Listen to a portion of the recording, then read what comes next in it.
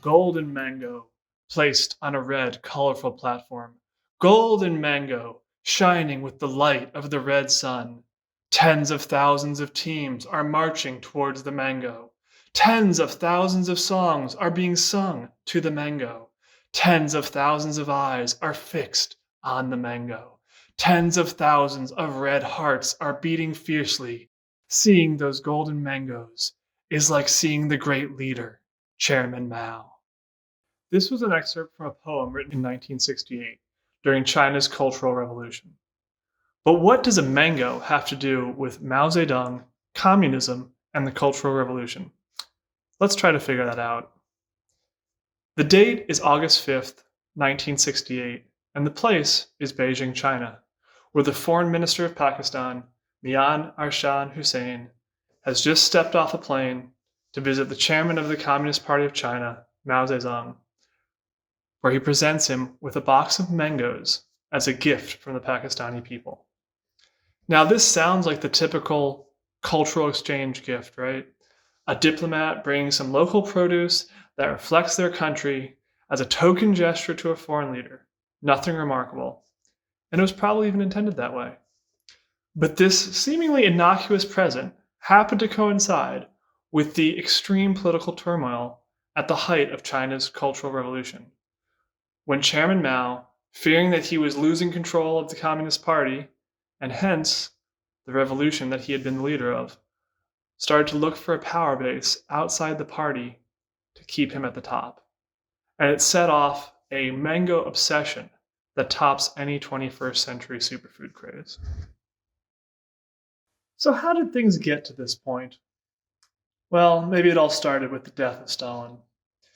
Mao had been worried ever since that cataclysmic event in the communist world, watching on as the new Soviet General Secretary, Nikita Khrushchev, had denounced Stalin's cult of personality in his legendary secret speech. It must have made Mao pretty nervous. Chairman Mao loved a cult of personality. He thought it was necessary for the revolution. Did he have a point? I mean, how many people really would have been willing to suffer through the long march if they thought their revolution was just going to make things a little bit better and their leaders are basically just like normal people? It seems like most of the time doing extreme things requires extreme belief. And that seems pretty hard to achieve if you think your leaders are less than godlike and your cause less than holy. So Mao stuck to this. He was saying it as late as 1970. And even after his death, the cult of personality seems to live on in several of our modern politicians, much as Mao lives on in death in his sarcophagus. To him, denouncing Stalin was like a personal attack, and that created a lot of friction between China and the USSR. But they did still have quite a few things in common, especially a love for disastrous economic policies. Khrushchev had his Virgin Lands campaign to grow corn in Siberia, and Mao had his Great Leap Forward, where people made blast furnaces in their backyard to increase Chinese steel production. Suffice to say, neither growing corn in Siberia or making steel in your backyard were very productive. One of the other points of agreement that they shared even with Stalin was a belief that science could be shaped to fit your ideology, a socialist science. Unfortunately, the plants that communist farmers were trying to grow did not seem to be ready converts to Marxist-Leninism, so crop yields plummeted. Unlike today, they didn't have the surpluses enjoyed by modern politicians when it comes to government planning by ideology. So their policies resulted in millions of deaths by starvation of the peasants and workers that basically this whole revolution was supposed to be for. So even for these rather disconnected leaders, there were real consequences from this series of completely self-inflicted disasters. Now, Khrushchev was ousted as general secretary in the Soviet Union, and even Mao was told gently but firmly that he had to let other people run the economy from now on. And you won't be surprised to learn that this did not sit well with his ego. So his plan to get back on top kicked off in May of 1966 with a postering campaign in Beijing featuring the subtle slogan, "Bombard the headquarters," which led to a series of student marches on the party headquarters of his rivals, while he got semi-veiled denunciations of them published in all the big newspapers, with the overall message being, only Chairman Mao is staying true to the revolution. So if you question Mao, you are not a real revolutionary and you've got to go. And just like today, he threw out lots of labels for people who opposed or even questioned Mao Zedong thought. Counter-revolutionaries, revisionists, anti-party, bourgeois, capitalist roaders, traitors, spies, and intellectuals. This all coalesced as the campaign against the four olds. Old ideas, old culture, old customs, old habits. It sort of became the Chinese version of don't trust anyone over 30. So had Mao been reading up on the Berkeley free speech movement? For the students in this new movement, now calling themselves the Red Guards, their teachers squarely fell into at least one of these four olds. So pretty quickly, classes were canceled and schools were closed so that students could put their teachers on trial. Thousands of teachers ended up being beaten to death by their own students for being part of the stinking old ninth, which was a kind of caste system developed by the communists for groups that were seen as inherently anti-revolutionary, such as landlords, rich farmers, and now teachers and intellectuals as well. Mao then unveiled the Great Exchange of Revolutionary Experience program, which was kind of like woofing for student radicals, where Red Guards got free rail travel and free places to stay across the country. It's pretty incredible to imagine this red summer of groups of students roaming around the cities, smashing any artwork they didn't like, renaming streets that aren't revolutionary enough, busting into rich people's houses and redistributing their belongings, smashing up old temples to destroy religion, and just generally being let loose to reshape society according to their current interpretation of communism. People even started renaming themselves, giving themselves new names like Follow the Revolution and Determined Red. Determined Red definitely sounds like a great hobo name from a John Steinbeck novel. But the thing it seemed like no one questioned at the time was that in destroying the four olds in service of Mao Zedong thought, wasn't Mao Zedong himself one of the olds? The dude was like 75 by this time. Can one be old and not have old ideas? Probably a pretty uncomfortable question to be asking at the time. Now, things continued to escalate.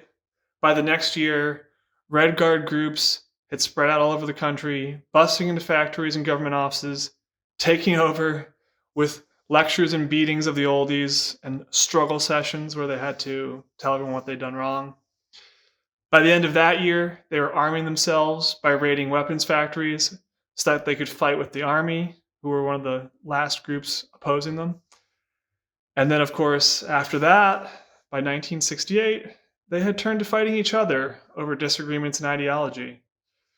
With all this strenuous political work going on, it was harder to find time for people to do any actual work in the country. So industrial output dropped by 14%, higher education had basically ceased to exist, and probably a couple 100,000 people had already died in the conflict or by suicide. And by this point, Mao seemed to have grown tired of his creation. And that's when, in late summer of 1968, the foreign minister of Pakistan, Mian Arshad Hussain, stepped off that plane in Beijing and handed Mao a box of mangoes. This was to become the perfect instrument for the great helmsman's next move. Now, Mao actually didn't even like mangoes. This could have ended up as a huge faux pas on Hussein's part, but instead, Mao decided to re-gift the mangoes to his newly created worker-peasant Mao Zedong thought propaganda teams. Who are these people? Well, these were the groups of factory workers and peasants that he had just organized to overthrow the Red Guard students that Mao had organized to overthrow the government. So, what had the Red Guards done wrong? Well, similar to the irony of destroying the four olds in service of an old man, the Red Guards were themselves too intellectual for Mao's liking. Independent thinking meant they were harder to fully control, as they spun out their own interpretations of correct Mao Zedong thought. The other thing is that Mao's version of communism had always seen the peasants as the main force of the revolution. So, up until this point, it had been a bit strange that young urban students were the vanguard teaching Chinese society the correct ways of communism. So, maybe now it really was the peasants' turn? And finally, the Red Guards had caused so much disruption that Mao is worried everyone else is getting sick of them and might turn away from supporting communism. So, kind of like introducing cats to your Pacific island to eat the rats from your last expedition, Mao introduced his new worker peasant thought propaganda teams to push his old Red Guards out of power. And he never told them that he didn't like mangoes. The thing that confused me when I first heard about these mangoes was that I thought there were already mangoes in China. And the fact is, there were. But at the time, they were only in the south, away from the power centers of Shanghai and especially Beijing, because food supplies were still very localized. You know, it reminds me of my childhood when rumors of the first Mexican restaurant were the talk of our small Massachusetts town. And when they finally opened, the line stretched around the block, with people's hopes raised to some kind of transcendental experience. And maybe the last gasp of food regionalism in the US, I didn't even eat my first avocado until I was in my 20s. And that definitely made them some kind of magical fruit. Now, just place that kind of experience within the Cultural Revolution, and these mangoes are transformed into a very special and thoughtful gift directly from the great helmsman. But as soon as the gift was given, the inevitable question arose of what to do with them. How do we start new cultural practices that align with our new beliefs and values? The Cultural Revolution was all about destroying the four olds, including old customs. But what were the new customs going to be? And Mao himself had offered very little direction. So it was really up to these workers, suddenly thrust into this position of power and authority, to come up with the proper new practices. And in the climate of the Cultural Revolution, things got a bit extreme. Sources cite 7 original mangoes, kind of like the 7 rings of power that Sauron gave to the dwarves in Lord of the Rings. But what to do with this power? The mangoes suffered differing fates. One was put in a special glass case to remain on display, but since it was actually just a fruit, it soon rotted and withered away. Now, a second mango was soaked in formaldehyde to preserve it for all eternity. Some real foreshadowing of how people saw Mao himself. But it had a bad reaction of the chemicals, so it also shriveled up and turned black. Now, perhaps in keeping more with the spirit of the times, another worker committee approached the problem of their mango gift with the idea to soak the mango in a huge vat of water and then give all the workers in the factory a small glass of this mango-infused water to drink. This was both a throwback, kind of, to Catholics drinking the wine as the blood of Christ, combined with the future of, sparkling water on tap at every tech startup in the 2010s. Definitely seems like a job perk that your friends would have been envious of, getting to drink the mango blood of the great leader. Seems like a pretty good way to attract and retain top talent. Now, one of the mangoes was given a parade procession through the streets of Beijing from the factory to the airport, where a plane had been chartered specifically to fly the mango to Shanghai and spread the message of Chairman Mao. I really wonder how the Shanghai workers reacted when the plane showed up with a single mango on board. But, probably wasn't a great time for a critical response. There's a story that one unfortunate dentist was executed when he compared one of the traveling mangoes to a sweet potato. Now, in a society where war had been basically waged against the existing traditions and religions, a void had been opened that the mango could now fill. Mangoes were placed on altars and under glass covers so that workers could bow before them instead of visiting their vandalized Buddhist temples. Now, it's easy to look at this and say that, oh, these practices reflect some innate human need for religious ritual. And you kind of wonder, are revolutions doomed to just regurgitate the same social orders and hierarchies in a series of altered forms? Or in this case, was it revolutionary to keep the forms of existing practices, but to simply shift the subject of devotion? And it was like maybe someday in the future, after the revolution of the proletariat had finished its work, there could be a time of no more altars and no more venerated idols. But for now, everyone needed to worship Mao.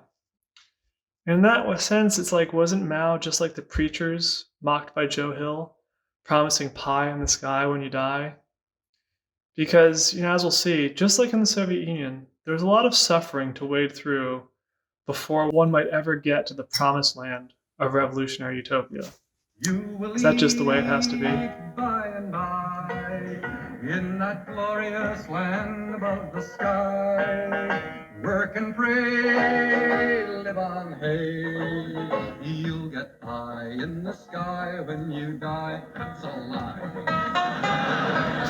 In the climate that was created of political correctness, party discipline, anti-deviationism, really, what fool would take a risk of trying something new and different, knowing that the chances of public shame were the best option? Probably torture or even execution would happen to you if things went really wrong.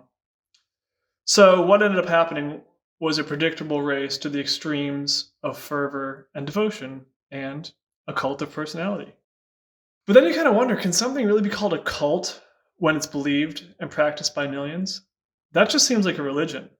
Like if you were alive during the time of Jesus and his disciples were drinking wine at the Last Supper, wouldn't you just think that they were a cult? And Chairman Mao was more popular than Jesus now. Isn't that how cults become religions, religions become culture, and what some people now pass off as facts? And here we can see how facts are group specific. Well, some teenagers have repeated your statements that the Beatles, I like the Beatles more than Jesus Christ. What do you think about that? Well, originally I was pointed out that fact in reference to England, that we meant more to kids than Jesus did, or religion at that time. I wasn't knocking it or putting it down, I was just saying it as a fact. The mango of revolution was a boon to the Chinese economy.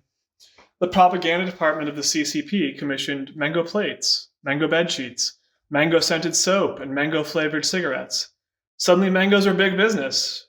Millions willing to pay for the chance of some Mao mango spirit to rub off on them. And I wonder, when I get my $20 activated Hailey Bieber smoothie, am I not secretly hoping that it'll have similarly magical properties? Otherwise, you wonder what exactly you are paying for at that price. Now, wax mango replicas were distributed in the thousands and kept as icons in people's homes. But years later, when the mango craze had subsided, people found that the wax mangoes made for good candles during power outages, and a lot of them were burned. It kind of reminds me of all the Atkins diet food that suddenly overflowed from every grocery store dumpster as that craze burdened itself out. And within a few years, the old man, Mao Zedong, was dead, and with that, the mango fever collapsed as quickly as an NFT. Now mangoes are just another common fruit in the market in China, but for a few brief years, they were the ultimate superfood.